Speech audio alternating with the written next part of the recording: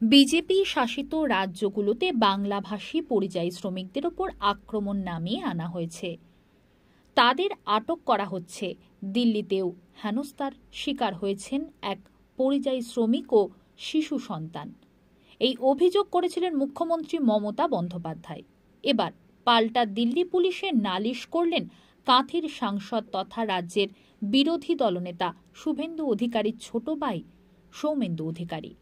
তার দাবি, গুজব রটিয়ে দিল্লি পুলিশের ভাবমূর্তি কলঙ্কিত করার চেষ্টা করছেন মমতা বন্দ্যোপাধ্যায়।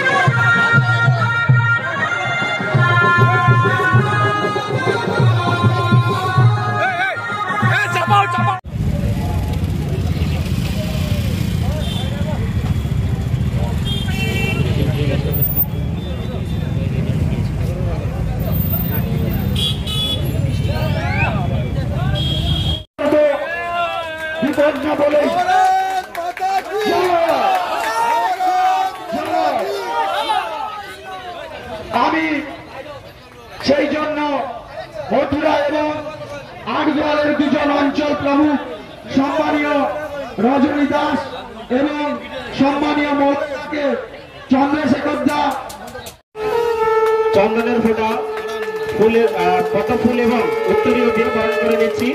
কাঁথির সাংগঠনিক জেলার সাধারণ সম্পাদক ডক্টর সৌমেন্দু অধিকারী মহাশয়কে বরণ করে নিচ্ছেন আমাদের ভোটবাক্য মন্ডলের সহসভাপতি অপূর্ব কাটা মহাশয়। এরপর আমরা